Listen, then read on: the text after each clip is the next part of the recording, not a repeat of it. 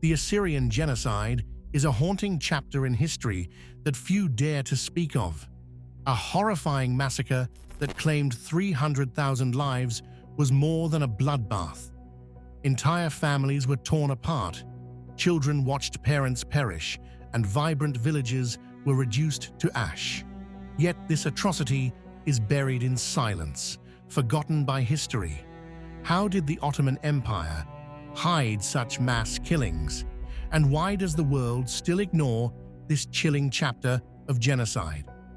Join us as we uncover all hidden truths about the Assyrian Genocide. Historical background and identity. The Assyrians weren't just another civilization. They were pioneers who shaped human history for over 3,000 years, building the world's first real superpower from their homeland in what we now call Iraq.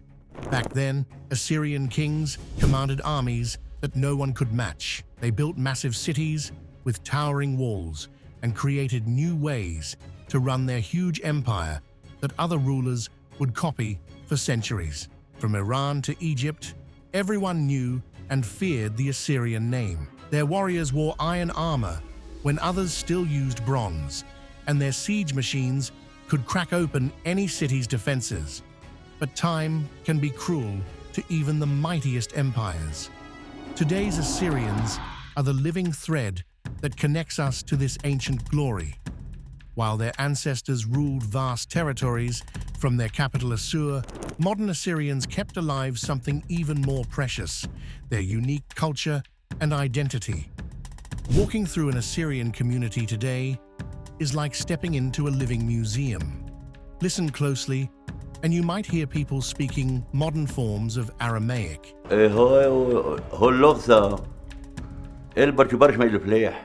The same language family Jesus used with his disciples. It's pretty amazing when you think about it. While most ancient languages have died out, Assyrian children still chat with their grandparents in a language that echoes through thousands of years of history. The story of how this language survived is fascinating. In ancient times, Aramaic became so important that even mighty kings used it for trade and diplomacy. As empires rose and fell, Assyrian communities kept this ancient tongue alive in their homes, schools, and churches. They wrote poems, stories, and songs in it, passing them down through generations like precious family heirlooms. These modern Aramaic dialects aren't just ways to communicate, they're living time capsules. Each word carries echoes of ancient markets, royal courts, and village gatherings. When an Assyrian grandmother tells stories to her grandchildren today, she's using words that might have been heard in the grand palaces of Nineveh thousands of years ago. Religion played a huge role in keeping Assyrian culture alive. As Christianity spread across the Middle East, Assyrians embraced it but made it uniquely their own. They formed different churches: the Assyrian Church of the East, the Syrian Orthodox Church, and the Chaldean Catholic Church. Each branch developed its traditions, but they all shared those deep roots in ancient heritage. These churches became more than just places of worship. They were fortresses, protecting Assyrian culture through centuries of foreign rule. Inside their walls, ancient traditions lived on. Sacred texts were copied and preserved in the old language. Church festivals kept ancient customs alive, weaving them into Christian celebrations in ways that honored both the old and the new. Even after their empire fell to the Babylonians and Medes in 609 BC, Assyrian communities showed remarkable resilience. Under Greek rule, they kept their identity while learning from new ideas. When the Parthians came, they adapted again, but never lost their core culture. Through Roman times and beyond, they kept speaking their language, practicing their faith, and passing down their traditions. The secret to their survival wasn't just stubbornness, it was flexibility. Assyrians learned to thrive in changing times while holding on to what mattered most. They became merchants, scholars, and craftsmen. They translated Greek philosophy into Aramaic, preserving knowledge that might otherwise have been lost. They built bridges between cultures while maintaining their own unique identity. This ability to adapt while preserving tradition became even more important as the centuries passed. When their great cities were abandoned and their temples fell into ruins, Assyrian families kept their culture alive in smaller ways.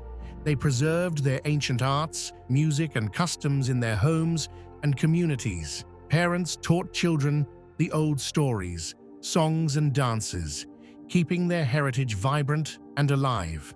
Today's Assyrians might not rule empires, but they've achieved something perhaps even more remarkable. They've kept alive one of humanity's oldest continuous cultures. In their communities around the world, you can still hear the ancient language, taste traditional foods, and see customs that go back thousands of years. They've done this despite incredible challenges.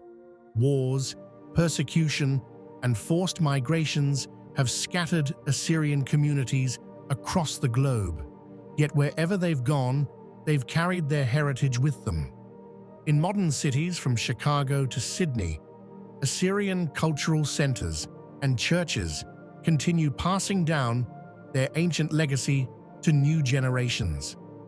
Their story is even more amazing because we can still meet the descendants of ancient kings and warriors today. They're doctors, teachers, artists, and ordinary folks, but they carry within them the living memory of one of history's most fascinating civilizations. Every time they speak their ancient language or celebrate their traditional festivals, they're connecting us directly to humanity's distant past. But beneath the surface of this rich cultural heritage lay a dark truth. How did one of history's mightiest civilizations become so vulnerable that their very existence would be threatened? The answer lies in a series of events that would change their fate forever. Political vulnerability and early persecution. When trouble came for the Assyrians, it came from all sides. Unlike their Armenian neighbors, who had strong political connections and influence in the Ottoman Empire, the Assyrian people were scattered like seeds in the wind across Turkey, Iran, and Iraq. They lived in small communities, separated by mountains, deserts, and hostile territories. This made them easy targets. Think of a pack of wolves. They're strongest when they stay together. But the Assyrians couldn't do that. Their villages were spread out, often cut off from each other. While one community might be thriving in a mountain valley, another might be struggling in a distant plain, with no way to help each other when danger comes. The Ottoman Empire, which ruled their lands, was going through tough times. Once proud and powerful, it was now losing territory and influence. Its rulers were desperate to hold on to power. They needed someone to blame for their problems, and the Christian minorities like the Assyrians made perfect scapegoats. The first big wave of violence came under Sultan Abdul Hamid II in the 1980s. He believed that making Islam the center of everything would save his crumbling empire. Between 1894 and 1896, his forces unleashed terrible violence against Christians. While Armenians suffered the most, with up to 300,000 killed, the Assyrians weren't spared either. In places like Diyarbakir, the violence turned into a free-for-all attack on Christians, claiming 25,000 Assyrian lives. Life became a nightmare for Assyrian families. Ottoman soldiers and local Muslims would raid their villages, stealing their animals and crops. Sometimes they forced Assyrians to convert to Islam or die. They took their land and gave it to Muslim settlers. If Assyrians complained to the authorities, they were usually ignored or punished for speaking up. The Telegraph spread the news of these attacks quickly to Europe and America. Newspapers filled their pages with shocking stories of the massacres. People in London, Paris, and New York read about entire villages being destroyed and families torn apart. But reading about it was one thing, stopping it was another. The violence died down a bit after 1897, when other countries criticized Sultan Abdul Hamid II. But the damage was done. Assyrian communities were broken, and their people were traumatized. Many fled their ancestral homes, seeking safety in other lands. Those who stayed lived in constant fear. By the early 1900s, Assyrian life had become a daily struggle. Their villages were often raided, their churches attacked, and their people were forced to pay special taxes just for being Christian. Young Assyrian men were drafted into the Ottoman army, but were usually given the worst jobs and treated badly. Assyrian merchants faced discrimination in markets, and their children were bullied in schools if they were allowed to attend at all. The scattered nature of Assyrian communities meant each group faced these challenges alone. A village might have good relations with local Muslim neighbors and live in relative peace, while another faces constant harassment. There was no central Assyrian leadership to coordinate responses or seek help from foreign powers. What made matters worse was the growing tension between Muslims and Christians throughout the empire. The success of the Greek War of Independence in 1821 had made Ottoman rulers suspicious of all Christian minorities.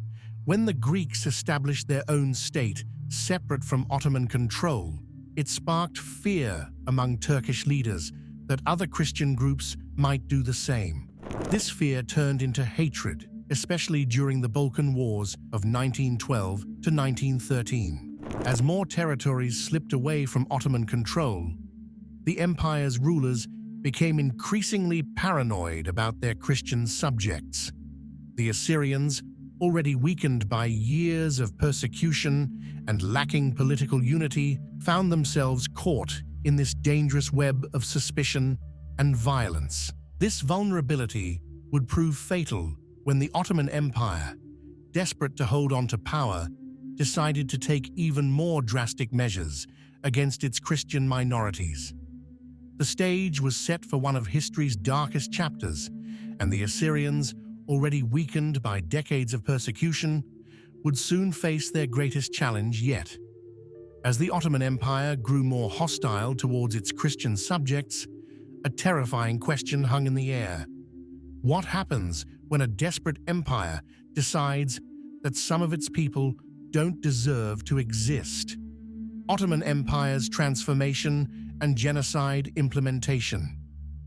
In 1914, the Ottoman Empire made a choice that would seal the fate of millions. By joining World War I on Germany's side, it set in motion a plan that had been brewing for years. The empire was sick and dying, losing land and power every year. Its leaders, especially a group called the Committee of Union and Progress, thought they had found a cure. Turkey would become a country only for Turkish Muslims.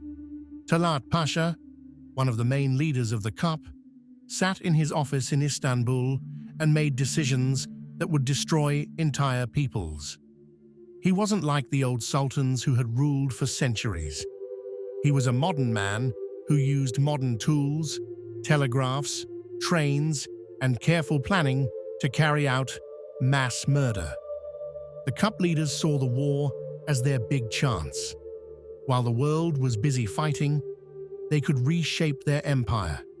They wanted to get rid of all the Christians, Armenians, Greeks, and Assyrians. They called it Turkey for the Turks, but what they really meant was no room for Christians. In October 1914, Talat Pasha sent out a secret order. It seemed simple: move Assyrians away from the borders with Russia and Iran for security reasons. But this wasn't about security at all. It was the start of something much worse. The order worked like this. First, soldiers would surround Assyrian villages. They would tell people they had to leave their homes temporarily for their own safety. People could only take what they could carry. Many grabbed family photos, holy books, or special jewelry passed down through generations. They thought they'd be coming back soon, but there was no coming back. The soldiers marched these people into the Syrian desert. No food was provided, no water, no shelter. If someone fell behind, they were shot.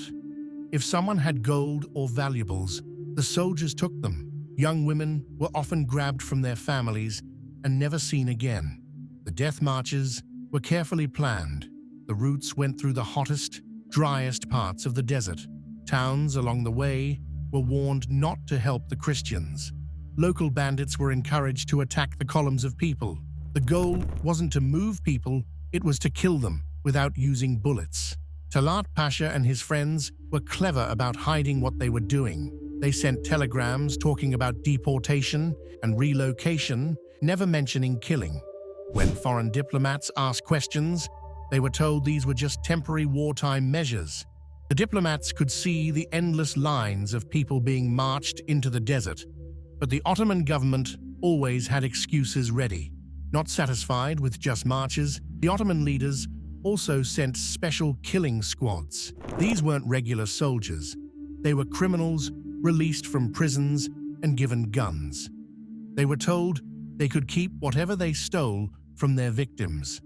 These squads would attack villages at night, killing everyone they found and burning houses with people still inside. The Ottomans even crossed into Iran, breaking international law to hunt down Assyrians who had escaped there.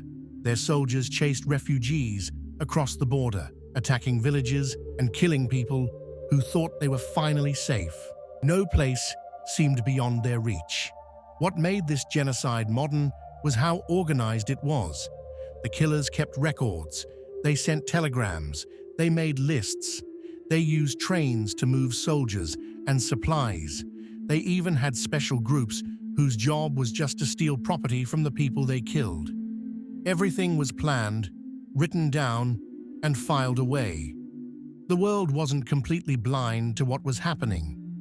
American missionaries in the region sent horrified reports back home. European diplomats wrote angry letters to their governments. Newspapers published stories about the killings. But it was wartime, and most countries were too busy fighting each other to stop the Ottomans. Some brave people tried to help. A few Turkish officials refused to follow orders to kill civilians. Some Arab villages hid Assyrian families. Foreign missionaries set up shelters and orphanages. But these were like tiny drops of kindness in an ocean of cruelty. By 1915, the Ottoman Empire's transformation was nearly complete. Where there had once been bustling Assyrian villages, there were now empty ruins. Ancient churches that had stood for centuries were burned or turned into barns. Fields that Assyrian farmers had worked for generations were given to Muslim settlers. The few Assyrians who survived did so by incredible luck or courage. Some hid in caves for months. Others were saved by kind Muslim neighbors. A few managed to bribe their way to safety, but most weren't so lucky. Out of about 500,000 Assyrians in the Ottoman Empire before the war, nearly half would be dead by the time it ended. This wasn't just about killing people, it was about erasing a whole culture. The Ottomans wanted to build a new country where it would be like these Christians had never existed. They destroyed churches, burned books, and wiped away thousands of years of history. They thought they could build something new on top of all that death and destruction. But in the face of such overwhelming brutality, would the Assyrians simply vanish into history, or would they find the strength to fight back? The answer came in the form of an unlikely hero, a religious leader turned warrior, resistance, and military response. When the Ottoman soldiers came to destroy the Assyrian people, they didn't expect much resistance. After all, what could a scattered group of villagers do against a modern army? But they hadn't counted on Mar Shimun, the Catholicos patriarch of the Assyrian Church. Though he was a man of God, Mar Shimun knew that prayers alone wouldn't save his people. In the spring of 1915, As news of massacres spread through Assyrian villages, Marshimun made a bold decision. He transformed from a religious leader into a military commander. The same hands that had blessed his people now organized their defense. He sent runners between villages, warning people of coming attacks and helping them prepare. Marshimun knew the Assyrians couldn't win alone. He reached out to Russia, which was fighting against the Ottoman Empire in World War I. The Russians saw an opportunity. The Assyrians knew the local mountains and valleys better than anyone. They could help Russian troops navigate this difficult terrain. Soon, Russian officers were training Assyrian fighters, teaching them modern military tactics. But these weren't regular soldiers. They were farmers, shepherds, and shopkeepers who had never held rifles before. What they lacked in training, they made up for in determination. They were fighting for their homes, their families, and their very survival. Their knowledge of the land gave them an advantage. They knew every cave, every mountain path, every hidden spring. Women joined the resistance too, breaking with tradition. They carried messages between villages, hiding notes in their clothing. Some even fought alongside the men. They cared for the wounded, shared their food with fighters, and kept watch for Ottoman troops. Young children became lookouts, their sharp eyes scanning the horizon for dust clouds that might mean approaching soldiers. The Ottoman military responded with shocking brutality. They called in Cevdet Bey, a commander so cruel his troops were known as the Butcher Battalion. Cevdet Bey had simple orders: crush the Assyrian resistance at any cost. His soldiers didn't just fight armed rebels, they attacked everyone. If they couldn't find fighters in a village, they killed the old people, women, and children instead. The resistance fighters learned to use the landscape to their advantage. They would attack Ottoman supply lines in narrow valleys, then disappear into the mountains. They hid weapons in ancient tombs and caves. They set up warning systems using church bells and signal fires. When Ottoman troops approached, villages could be evacuated within minutes. But the price of resistance was terrible. For every successful ambush or rescued village, the Ottomans would take revenge on other communities. They burned entire villages to the ground. They poisoned wells and destroyed food stores. They turned neighbors against each other, promising rewards to anyone who would betray the resistance fighters. The governor of Van province gave his troops a chilling order that showed how serious the Ottomans were. Yak, vur, alor. Burn, demolish, kill. These weren't just words. The Ottoman army brought in heavy artillery to shell villages that sheltered resistance fighters. They used new weapons like machine guns against people who sometimes only had old hunting rifles. The bravery of the resistance fighters became legendary. Stories spread about small groups holding off hundreds of Ottoman soldiers, about women smuggling bullets in their water jugs, and about children leading entire families to safety through mountain passes. One famous story tells of a group of fighters who held a narrow mountain pass for 3 days, allowing hundreds of civilians to escape. But courage alone wasn't enough. The Ottoman army was too big and too well equipped. They had trains to move troops and supplies. They had modern weapons. Most importantly, they had seemingly endless resources. When one group of soldiers was defeated, they simply sent more. For every victory the resistance won, there were painful losses. Fighters would return to their villages to find them destroyed, their families gone. The Russians, dealing with their own problems, couldn't provide enough help. Ammunition ran low. Food became scarce. People began to starve. Marshimun himself paid the ultimate price for leading the resistance. Ottoman agents, unable to defeat him in battle, assassinated him in 1918. His death was a terrible blow to the Assyrian people. who had looked to him for both spiritual and military leadership. By the time the fighting ended, the Assyrian resistance had saved thousands of lives, but the cost had been enormous. Entire regions where Assyrians had lived for thousands of years were empty. Ancient churches lay in ruins. Whole families had been wiped out. The survivors were scattered, many never to return to their homeland. The story of the Assyrian resistance shows both the best and worst of human nature. Incredible bravery and sacrifice on one side, and unspeakable cruelty on the other. It's a reminder that even in the darkest times, people will fight for their right to exist, no matter the odds. While the stories of organized resistance tell one part of the tragedy, what happened in individual towns and villages, the answer lies in the blood-soaked streets of one city that became ground zero for the genocide. Regional implementation and individual stories. In the province of Diyarbakir, the genocide took its darkest turn. Here, under the watchful eye of Governor Mehmed Reshid Bey, killing became an art form. Reshid Bey wasn't a wild-eyed monster, he was worse. He was a calm, educated man who turned mass murder into a science. Each morning, Reshid Bey would sit at his desk and plan the day's killings like a businessman planning meetings. He kept careful records of every village destroyed, every family wiped out. His signature appeared on death orders, written in perfect handwriting. He even wrote poems in his spare time while orchestrating mass murder. Reshid Bey divided his victims by age and gender.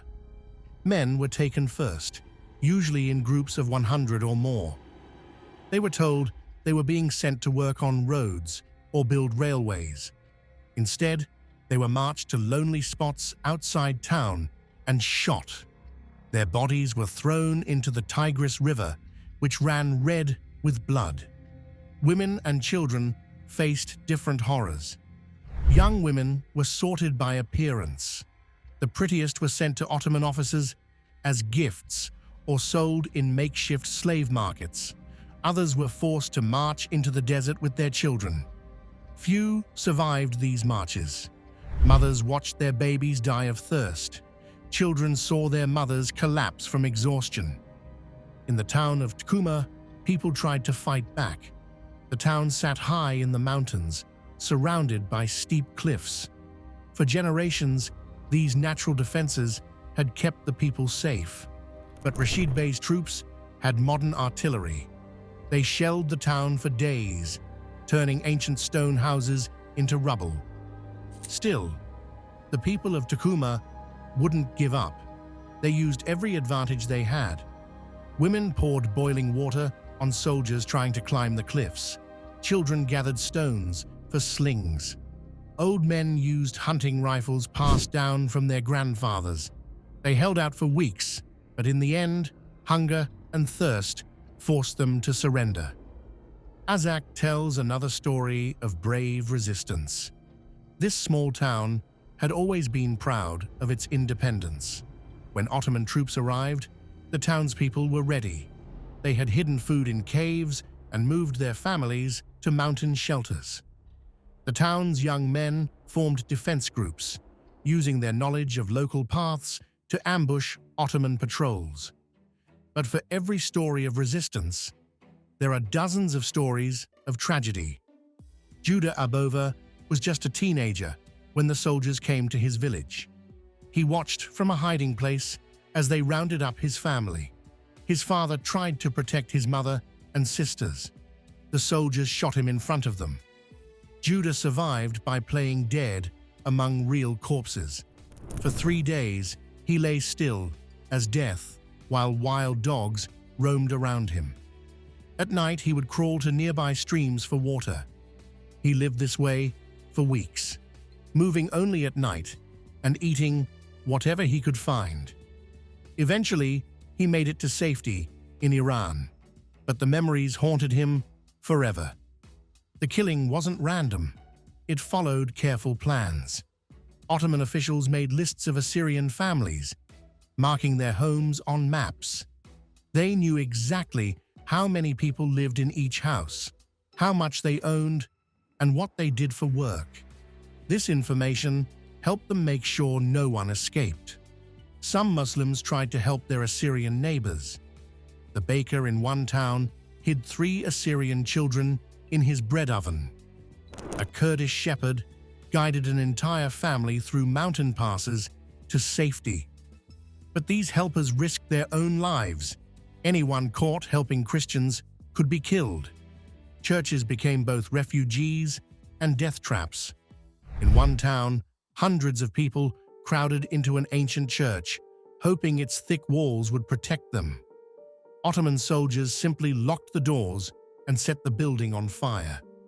The screams could be heard across town. The few survivors tell of incredible acts of courage. A mother carried her 3 children across mountains in winter, feeding them pine bark to keep them alive. A 12-year-old boy led 30 people to safety using hunting trails his grandfather had taught him. A priest swallowed church records to keep them from being destroyed, preserving centuries of history. By the time the killing in Diyarbakir ended, the province was almost empty of Christians. Rashid Bey had done his job well.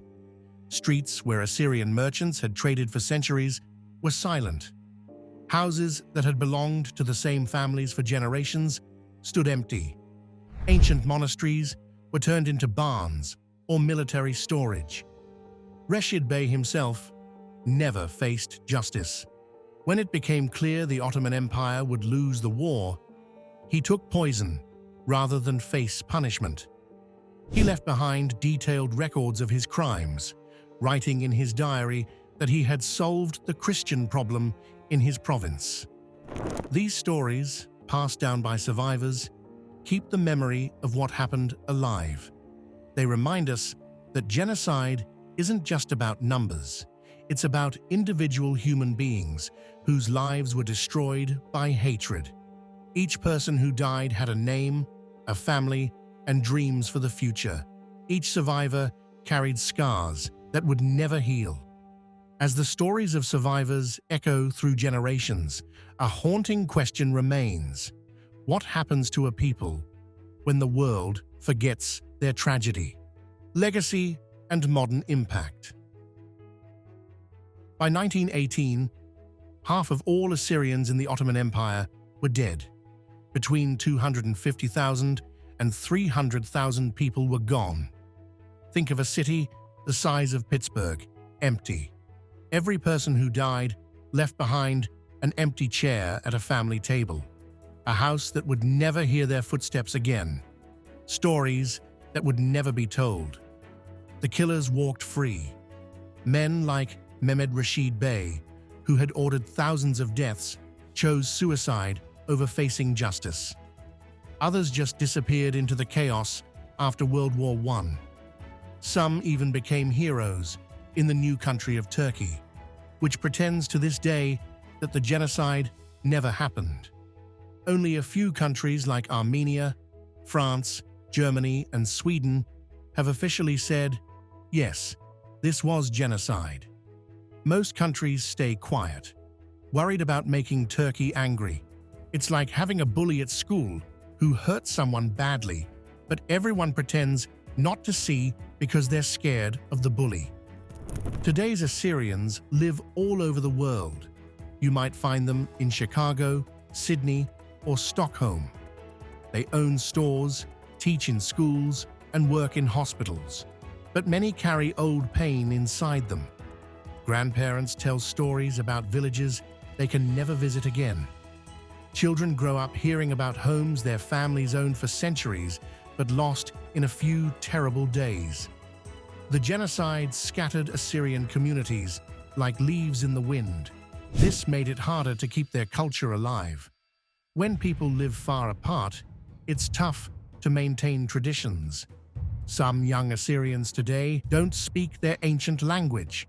Others have never tasted traditional foods or learned their people's dances.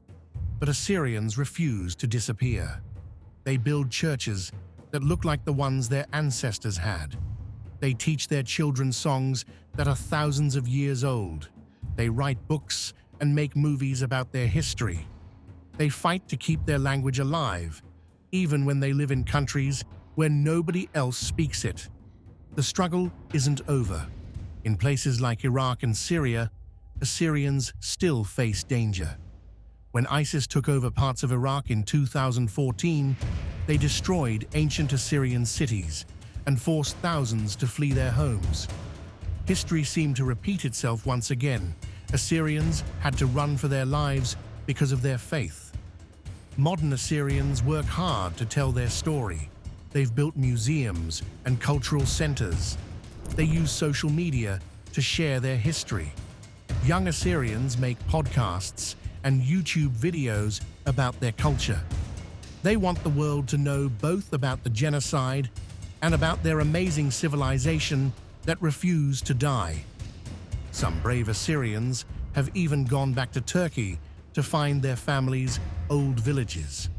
Often they find nothing: empty fields where churches once stood, broken stones that were once homes. Sometimes Turkish families live there now, knowing nothing about the people who lived there before. The genocide left deep scars that haven't healed. How do you get over losing half your people? How do you trust a world that looked away while your ancestors were killed? How do you keep your culture alive when you're scattered across the globe? But there's hope too.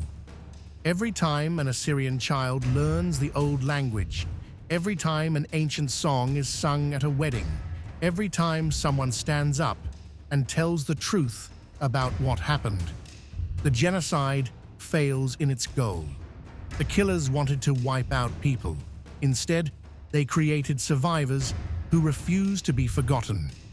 And that's all for today. Thanks for watching.